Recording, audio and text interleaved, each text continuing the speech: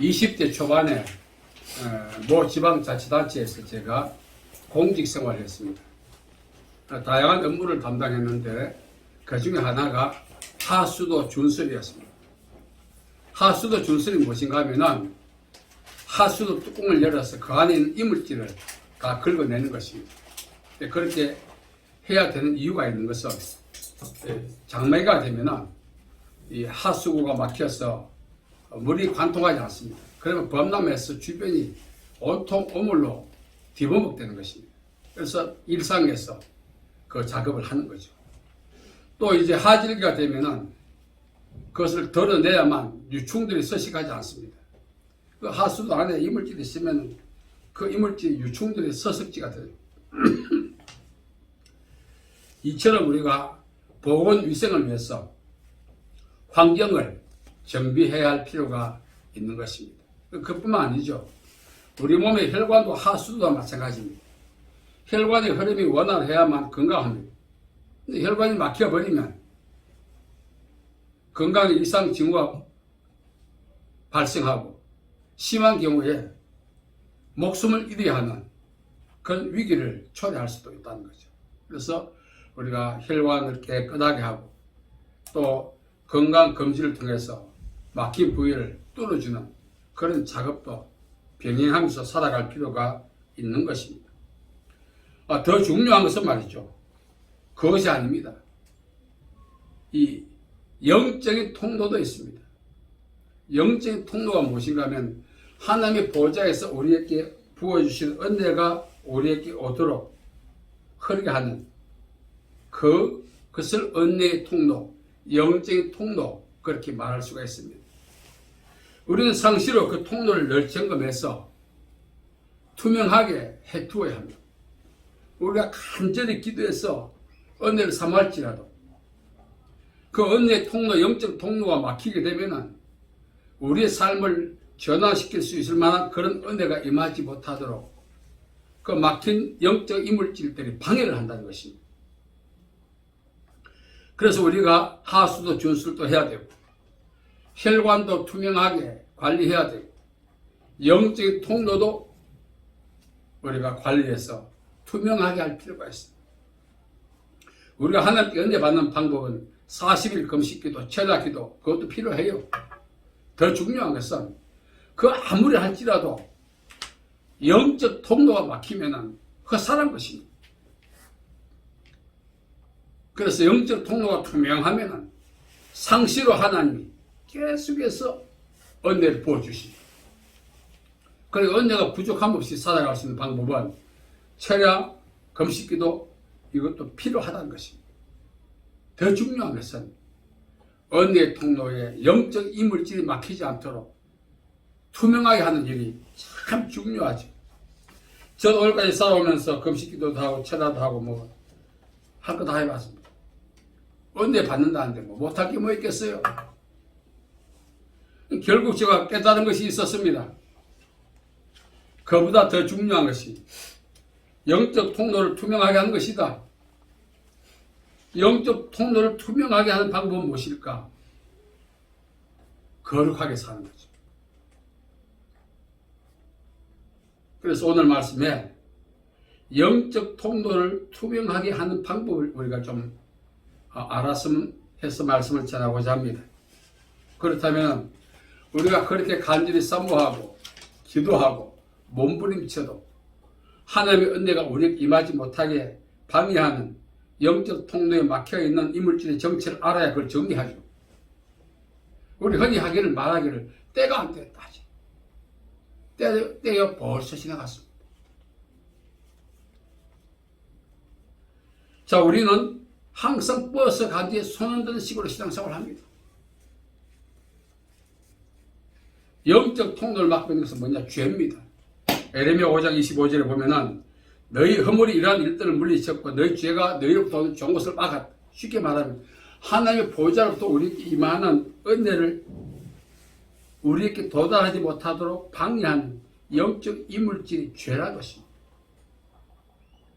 이 죄를 청산하지 않으면 아무리 몸부림쳐도 안 됩니다. 제가 종종 말하죠. 정수장에서 가정에 물을 공급했는데 질금질금 감질나게 나와요. 얼마나 불쾌해요.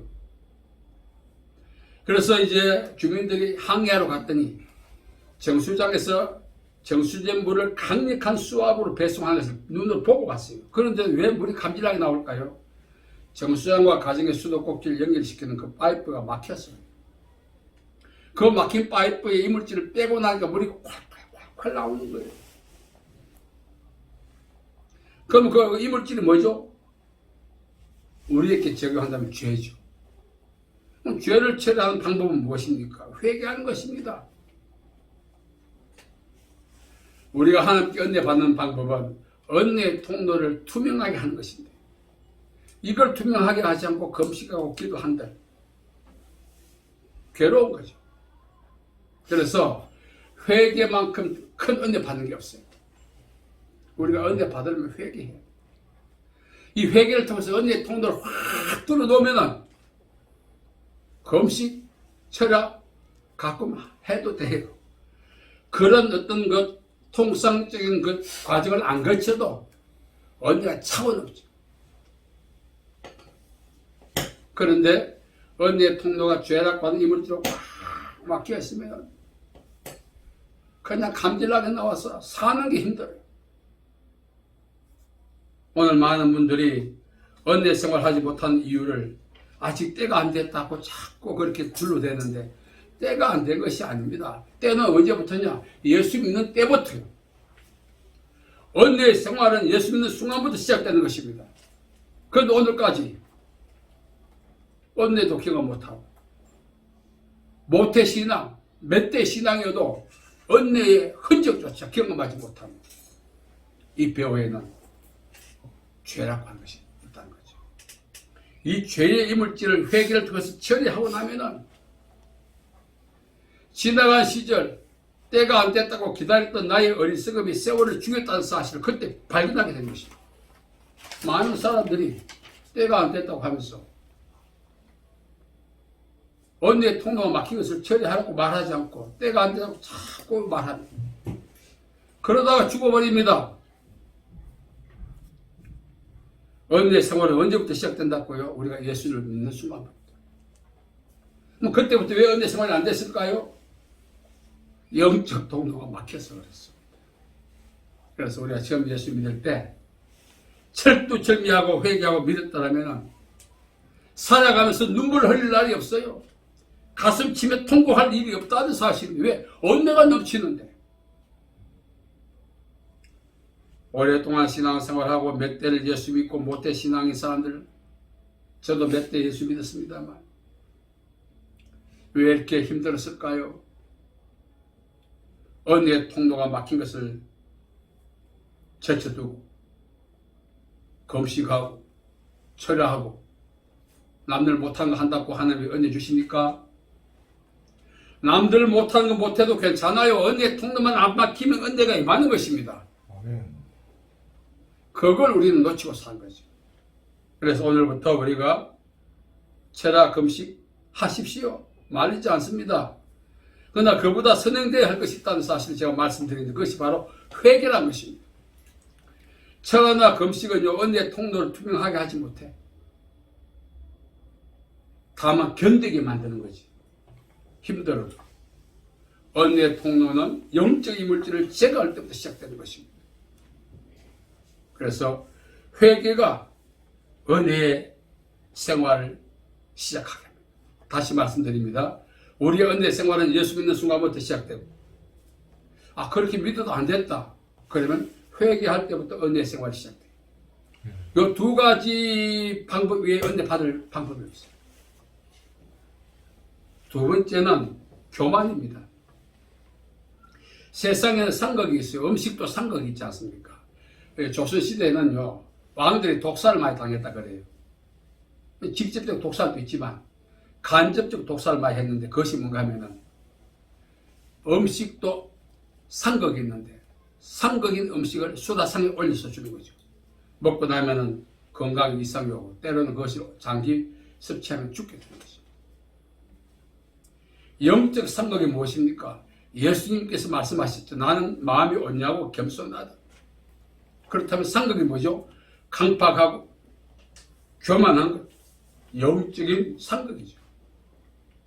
이것들이 은혜를 받지 못하게 만듭니다. 하나님께서는 겸손한 자에게 은혜를 주신다 하셨어요. 그럼 이 겸손이 은혜의 통로인데 교만한 한 은혜 받지 못합니다. 그래서 우리가 은혜 생활을 새롭게 시작하려면 겸손 모드로 인생을 다시 출발해야 돼요. 늦었다 할지라도 그렇습니다.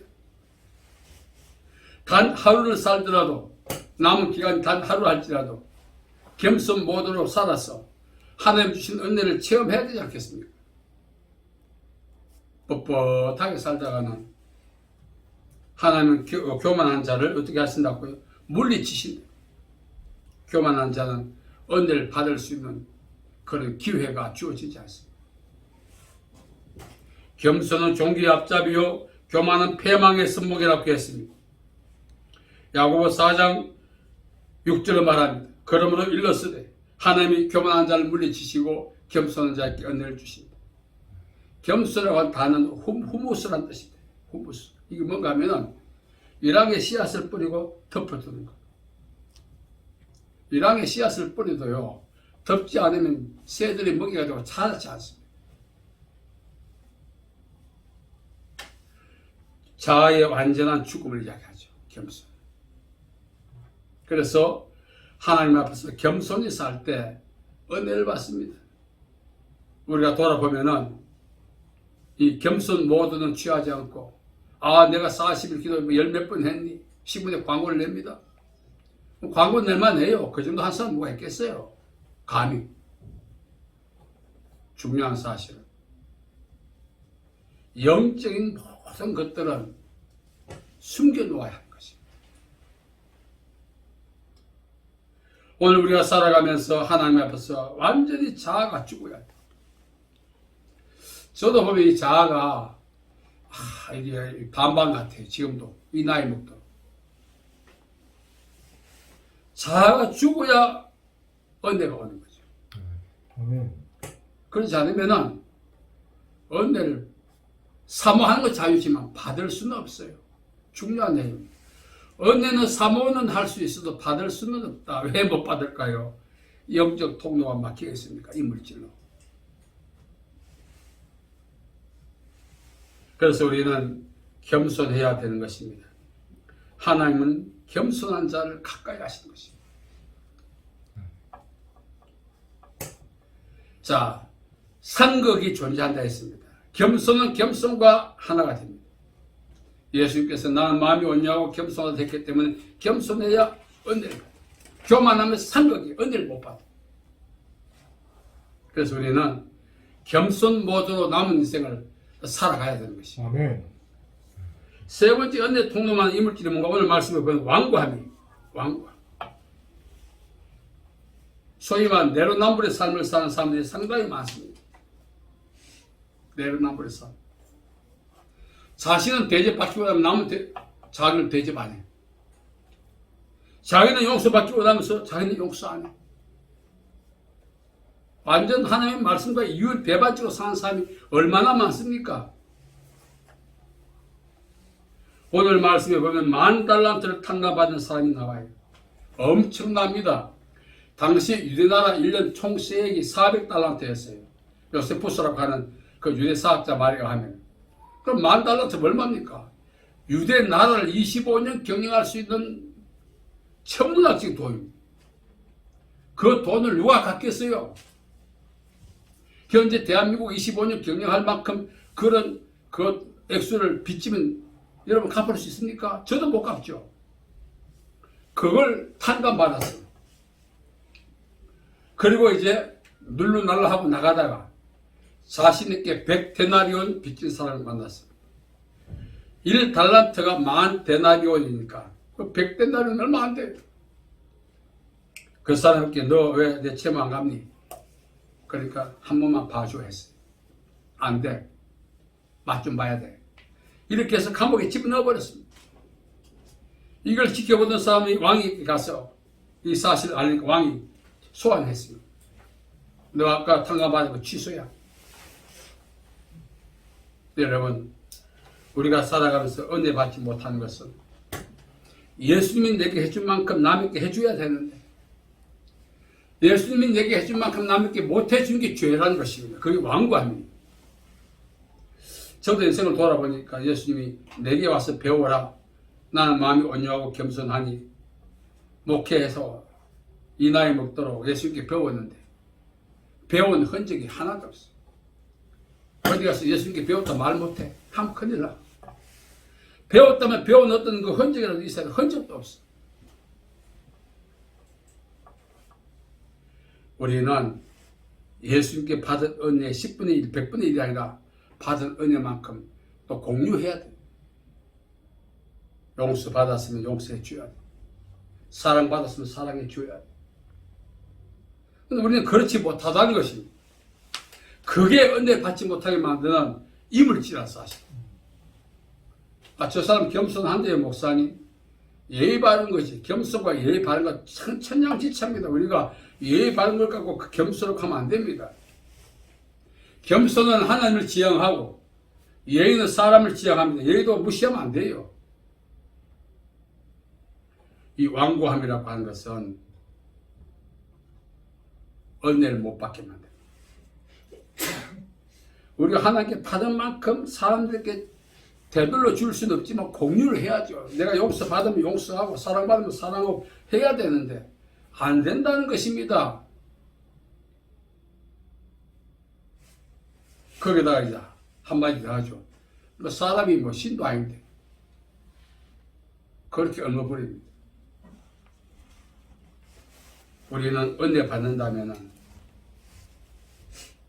은혜를 받지 못하게 만드는 것을 하나하나 지적해 나가요. 세상 사람만 보십시오. 개똥도 약에 쓴다면 개똥도 삶아서 그것을 한약에 집어넣어서 약을 만들지 않습니까? 그게 비위생적인데도 불구하고 약이 된다는데 우리는 은혜 받는다 했는데도 은혜 받기 위해서는 수단 방법을 가지지 않는데 그것도 죄죠. 은혜 받는 것은 은혜 통로가 있는 이것을 막고 있는 것들을 처리하는 게 은혜 받는 방법이에요. 제가 오늘까지 살아오면서 나의 영적 통로는 투명한가 살펴보 한두 가지가 아닌 거예요. 이게 막 꽉 막혀가지고 하나 뽑아내려고 핀셋으로 뽑아내려고 하니 뽑히질 않아. 너무나 꽉 막혀가지고 일체가 되어 있었어. 여러분, 하나님은 은혜의 하나님이시고 오늘 또 은혜를 주시고 그 은혜가 내 인생을 변화시킬 만큼 역사하지 못하게 만드는 것은 은혜가 무능하기 때문에 그런 것이 아니라 효능 없기 때문에 그런 것이 아니라 은혜가 내게 미치지 못하도록 차단하고 있는 영적 이물질이 그대로 있기 때문에 그렇지. 이걸 한번 정리해 보세요. 이제 가정에 제가 하수도 주술 작업했다고 하지 않습니까? 하면은 이제 특히 제가 서울시장을 담당을 했었는데 상인들이 자꾸 저보고 찔러줘. 여기 가서 좀 해달라고. 그 제 입문데도 불구하고 찔러줘. 근데 너무 뭐 이렇게 아닙니다 해. 그러면 인부들이 받아. 그럼 누구에게 받았는지 몰라. 그런데도 불구하고 왜 먹고 빨리 안 내주냐고 또 그래. 아예 안 받았죠. 젊어서. 순서가 있으니까. 그거 하고 나니까요, 그 서울시장 중앙에 소방서가 있는데, 참 부족했지만 열심히 했습니다. 그 해 범람하지 않았어요. 주야를 했거든요. 우리가 살아가면서 정말 이 통도 하나를 깨끗하게 하면은 삶의 질도 높아지고, 건강 지수 높아지고, 하나님과 관계 속에 영적 행복의 지수 높아지게 되어 있어요. 오늘 우리가 한 자신을 살피면서 나의 영적 통로는 어떤가? 이 통로를 막고 있는 죄는 없는가? 내가 자아가 아직도 살아있다면 막혀있는 것이, 내가 예수께 받은 것처럼 사람들께 돌려주지 못했다면 막혀있는 것입니다. 그래서 우리가 정말 하나님의 진정한 은혜를 한번 체험하려면은 막혀있는 거 빼는 작업을 좀 하자 이겁니다. 그런데도 불구하고 자꾸 쑤셔 넣어. 더 이상 안 들어왔는데도 자꾸 밀어 넣어. 오늘 또 한 개 추가, 내일 또 한 개 추가, 앞으로 계속 추가할 것이고. 그럼 어떻게 되겠어요? 그럼 하나님의 은혜가 뭔지, 칠레의 아타카마 사막에는 400년 전부터 지금 비가 안 온다고 합니다. 400년 전부터. 그래서 그 건방에 사는 사람 데리고 나서 비를 맞겠더니 이게 뭐냐? 비가 뭔지 몰라. 우리는 비가 어떻게 생성되는지 대충 알고 있잖아요, 상식적으로. 근데 그 사람들은 비 자체를 몰라. 왜? 400년간 비를 경험한 바 없습니까? 하나님의 은혜를 경험하지 못하고 산다면 그와 유사한 상황이 되는 거죠. 우리는 이제 좀 더 확실하고 더 풍성한 은혜를 체험해야 되지 않겠습니까? 그러려면 이제 여러분 은혜의 통로를 점검해서 아직도 처리되지 않은 죄가 있다면 회개하고, 아직도 자아가 죽지 않으면 완전히 죽고, 예수님이 받은 은혜를 공유하지 못한다면, 오늘부터 공유하기 시작한다면 그 자체가 영적 이물질을 하나 둘 빼는 작업을 하는 것과 똑같아요.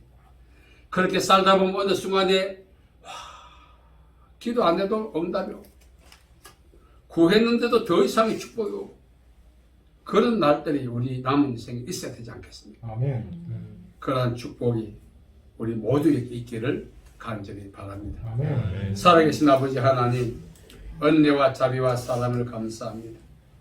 우리 영적 통로를 막고 있는 죄가 있고 교만이 있고 완고함이 있습니다.